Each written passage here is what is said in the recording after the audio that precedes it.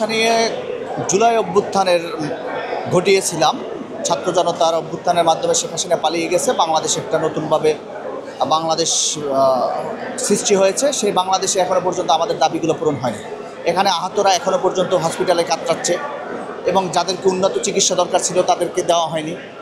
আর এদিকে জুলাই স্মৃতি ফাউন্ডেশন থেকে যে পরিমাণ যারা জুলাই আহত হয়নি তাদেরকেও আপনার অর্থায়ন করা হয়েছে।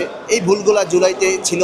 আরেকটি হলো যে সংস্কারের বিষয়ে তারা কোন আগাচ্ছে, কি সংস্কার তারা করতেছে সেটা আমাদের প্রশ্নই থেকে যায়। কোন বিষয়ে কিছু মৌলিক সংস্কার আছে সেগুলো দ্রুত সময়ের মধ্যে করা সম্ভব, আর বাকি সংস্কারগুলো আপনি করতে পারবেন না, চাইলেও আপনি করতে পারবেন না। এটা হলো একটা দীর্ঘমেয়াদী প্রসেস, যে প্রসেসটার মধ্যে আগাতে হবে। যেমন পুলিশ প্রশাসনটা অতি দ্রুত সময়ের মধ্যে সংস্কার করা দরকার ছিল, কিন্তু সেই সংস্কার হচ্ছে না।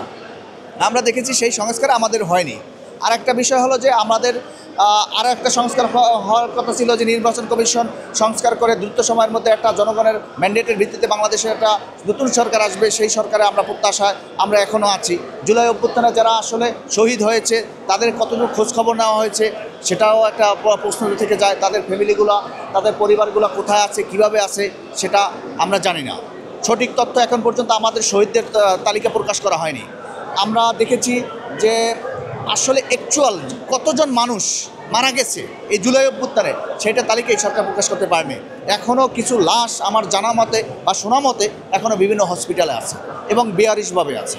এটা খুবই দুঃখজনক আমাদের এই সরকারের কাছে। আমি জানতে চাই, জুলাই গণঅভ্যুত্থানের এবং অনেকে বলছে, কেউ বলছে যে কেউ আবার নিজেদের দাবি করছে, এই বিষয়ে কি বলতে চান?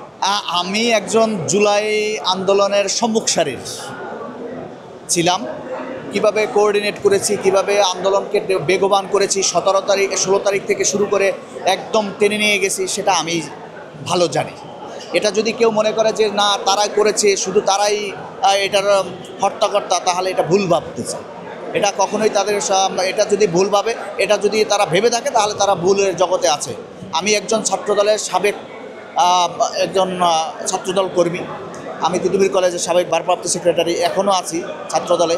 তো আমি দেখেছি আমাদের নেতাকর্মী কীভাবে নেমেছে, ছাত্র জনতা কীভাবে নেমেছে, আমি কিভাবে তাদের সাথে টিম করে করে বিভিন্ন জায়গায় রেখেছি। তারপরে আপনার শুধুমাত্র এখানে ছোট ছোট বাচ্চারা, অর্থাৎ এই যে আমাদের আঞ্চলিক যে মহাখালী করাইল বস্তির ছেলেরাও ছিল, এখানে বস্তির ছেলেরা পর্যন্ত এখানে ছিল। তারপর আপনারা এই যে সাততলা বস্তির ছেলেরা ছিল এখানে, যেরকম একেবারে মানে রিচ ফ্যামিলির কিডসরাও ছিল, আবার যেমন পোর ফ্যামিলির মানুষও ছিল। তবে এখানে পার্থক্যটা হয়েছে যে পোর ফ্যামিলির যারা, অর্থাৎ গরিব যারা, ওরা আর কি জীবনে তোয়াক্কা করে না, ওরা সামনে চলে গেছে গুলির সামনে। আমার সামনে কিভাবে মানুষ হত্যাকাণ্ডের শিকার হয়েছে আমি জানি, দেখেছি। তাদের রক্ত, তাদের তাদের লাশের দাফন পর্যন্ত দিতে মানা করেছে এবং জানাজা পর্যন্ত করতে দেয়নি। এই তো সেই মহাখালী এলাকা। আমরা তো অতি সহজে এত তাড়াতাড়ি ভুলে যেতে পারি না। আমি একজন সংগঠক হিসাবে এগুলো আমি মেনে নিতে পারি নাই। আর যারা করেছে, যদি দাবি করে যে তাদের একক কৃতিত্বের কারণে, না, এটা ভুল ভাবছে। তারা ইন্টারকন্টিনেন্টাল হোটেলে ব্রিফ করে সরকারের সাথে বসে প্রেস ব্রিফিং করে 17 তারিখ তারা বলেছে আমরা সরকার পতনের আন্দোলন চাই না, কোটার আন্দোলন চাই। তারা পরিষ্কার করে বলেছে। তখন থেকে আমাদের স্পিড, আবু সাঈদ ওয়াসিম যখন মারা যায় 16 তারিখ, তখন থেকে আমাদের স্পিডটা বেড়ে গেছে, আন্দোলনের গতিপথ অন্যদিকে চলে গেছে। আমরা নিজের হাতে নিয়ে নিয়েছি। 18 সালে কোটা সংস্কার আন্দোলনের আমিও একজন ছিলাম। ওই প্ল্যাটফর্মে আমিও একজন ক্ষুদ্র কর্মী। সেখানেও আমি দেখেছি কীভাবে আন্দোলনটা গড়াতে হয়। সেই আন্দোলনের ফলাফলই তো 24-এর আন্দোলন, এর সাথে রাজনৈতিক আন্দোলন যুক্ত হয়েছে। সব মিলেই জিলেই আপনার এই আন্দোলনটা হয়েছে। এটা যদি মনে করা যে 24-এর 36 দিনের আন্দোলন, তা না, এটা দীর্ঘ 17 বছরের আন্দোলনের একটা স্ফুলিঙ্গ হয়েছে। এখানে সবাই একমত হয়েছে। এখানে আপনার যে গুম খুনের, এখানে জঙ্গি নাটক করে যে মানুষগুলোকে খুন করা হয়েছে এবং গুম করা হয়েছে, ওই মানুষগুলোও কিন্তু আমার সাথে যোগাযোগ করেছে যে ভাই কীভাবে আন্দোলনটা গতি দেওয়া যায়, কীভাবে বৃদ্ধি করা যায়। ওই মানুষগুলো কারো মামা, কারো চাচা, কারো ভাই, কারো আত্মীয় স্বজন এভাবে কি গুম হয়েছে, হত্যার শিকার হয়েছে। তারা প্রতিশোধের নেশায় দিনভর অপেক্ষা করেছে কবে এই প্রতিশোধের নেশাটা জাগবে। বাংলাদেশের অধিকাংশ ইসলামিক দল সহ গণ অধিকার পরিষদ থেকে ধরে বেশ কয়েকটি 4 ভাগের 3 ভাগ রাজনৈতিক দলই চাচ্ছে পিআর পদ্ধতিতে নির্বাচন হবে। সেখানে বিএনপি সহ কিছু সংখ্যক রাজনৈতিক দল চাচ্ছে আগের মতো করে পিআরপি বিষয়টা নিয়ে একটু বিএনপির অবস্থানটা কেমন হতে পারে বা বিএনপি কোন দিকে যাবে একটু বলেন। দেখুন, কার কি অবস্থান জানি না। পিআর পদ্ধতির সিস্টেমের মধ্যে যে ভুল আছে সেই ভুলটা আমি আপনাকে সম্মুখে পরিষ্কার করতেছি। সেটা হলো, মনে করেন যে আমার একটা দল আছে, আমি ভোট পেয়েছি 2%, ভোটটা পেয়েছে দল, ক্যান্ডিডেট নির্বাচিত হয়েছে এখানে কে, দলের প্রধান বা তার মানে উপরের লেভেলের অর্থাৎ উপরের সারির নেতারা এখানে সংসদের সদস্য হচ্ছে। দেখেন, যে ভোটটা পেয়েছে সে কিন্তু আসতেছে না, এখানে একটা শুভঙ্করের ফাঁকি। অর্থাৎ দলের যারা ঊর্ধ্বতন কর্মকর্তা অর্থাৎ বড় নেতা, তারাই কিন্তু নেতা থেকে যাচ্ছে। এখানে নিম্ন সারির যে নেতাটা ভোট পেয়েছে, এই ভোটটা তাদের অ্যাচিভমেন্ট, তাদের অর্জন, তারা যে ভোটটা পেয়েছে তাদের এখানে কিছু করার নেই। যারা অর্থাৎ জনগণ যাকে ভালোবেসে ভোট দিয়েছে, যে লোকটাকে ভালোবেসে ভোট দিয়েছে সে লোকটা কিন্তু সংসদে কথা বলতে পারতেছে না। কথা বলতেছে কি, কথা বলতেছে ওই যে উপরের লেভেলের যে নেতারা আছে অর্থাৎ সভাপতি সেক্রেটারি যারা আছে তারাই কিন্তু কথা বলতেছে। অর্থাৎ এটা হলো কর্মীদের এবং নিম্ন অর্থাৎ আঞ্চলিক নেতাদের মাথা বিক্রি করে খাওয়ার একটা সিস্টেম। পিআর পদ্ধতির মানেই হলো মাথা বিক্রি করে খাওয়ার একটা পদ্ধতি। এছাড়া আমি এর মধ্যে আর কিছুই দেখতে পাচ্ছি না।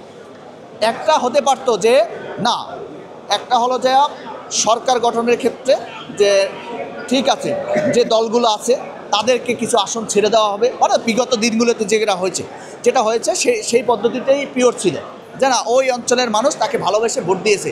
একটা মানুষ প্রতীক দেখেও ভোট দেয়, একটা মানুষ ভালোবেসেও ভোট দেয়, যে এই মানুষটা ভালো মন্দ এটা বিচার করেও ভোট দেয়। এখন একটা প্রতীকের প্রতি মানুষ যে একেবারে অভ্যস্ত হয়ে যাবে তাও তো না হতে পারে। মানুষ তো একটু চরিত্রগতভাবে দেখে, ভদ্রলোক দেখেও তো অনেকে ভোট দেয়। এই যে লোকটার তার চারিত্রিক বৈশিষ্ট্যের কারণে যে ভোটটা দিল, এই ভোটটা তো আর দলে দিল না, তাহলে এই ভোটটার ভ্যালুটা কী হইল পিআর পদ্ধতিতে আমাকে বলেন। এখানে একটা শুভঙ্করের ফাঁকি চলছে। এখানে যারা একদম উপরের লেভেলের নেতা তারাই এখানে এই সুবিধাটা ভোগ করবে বিদায় তারা এই পিআর পদ্ধতিতে যাচ্ছে। আর তারা জানে তাদের অবস্থাটা কী হবে। বিএনপি কি যদি পিআর পদ্ধতিতে সবাই মেনে নেয়, বিএনপি কি পিআর পদ্ধতিতে নির্বাচনে যাবে কি? পিআর পদ্ধতির মধ্যে তো আমি বলেছি একটু শুভঙ্করের ফাঁকি আছে, যে পদ্ধতিতে আপনার ওই যে উপরের লেভেলের নেতারাই কথা বলবে, নিচের লেভেলের নেতারা কোনো দিনই উঠতে পারবে না। দেখেন, একটা দল যদি কারোর সাথে অ্যালায়েন্স করে, কোনো দলের সাথে অ্যালায়েন্স করে, তাহলে কিন্তু সংখ্যা করে কিছু সিট তাদের ছেড়ে দেওয়া হয় বা তাদেরকে ওইভাবে বন্টন করা হয়। কিন্তু পিআর পদ্ধতি হলে ওইভাবে বন্টন করা হবে না। আর একটা সিস্টেম হলো যে আপনার পিআর পদ্ধতিতে যে ছোট দলগুলো এটা বড় দলের কাছে নিজেকে অসহায় মনে করছে, দুর্বল ভাবতেছে, তাদের মনোবল ছোট, এই জন্য তারা এই পিআর পদ্ধতিতে যাচ্ছে। আরে ভাই, বাংলাদেশের রাজনীতি এমন সাহসিকতার বীরত্বের সাথে করতে হবে। এই রাজনীতি করতে হবে মানুষের জন্য। এই মানুষের দরকার কি ক্ষমতায়? আমার দরকার নেই। আমি মানুষের জন্য করি, মানুষের জন্য কথা বলি। মানুষের জন্য কথা বললে 100 মানুষ বিপক্ষে থাকলে একটা মানুষ সত্য কথা বললে তার পক্ষে মানুষ দাঁড়ায়, তাকে মানুষ ভালোবাসে। আমি রাজনীতি করি, মানুষ আমাকে ভালোবাসবে। এই জন্য আমাকে যে ক্ষমতায় যেতেই হবে, ক্ষমতার বাইরে থেকেও তো মানুষের ন্যায়ের কথা বলা যায়, ন্যায্য বিদ্যুতের কথা বলা যায়।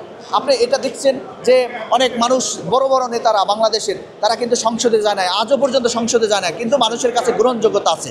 গ্রহণযোগ্যতার মধ্য দিয়েই তারা বেঁচে থাকে। একটা রাজনীতি এবং জনগণের যে রাজনীতি, সেই রাজনীতিটা বেঁচে থাকে মানুষের ভালোবাসা, স্নেহে, আদরে, ভালো এই দিয়ে বেঁচে থাকে।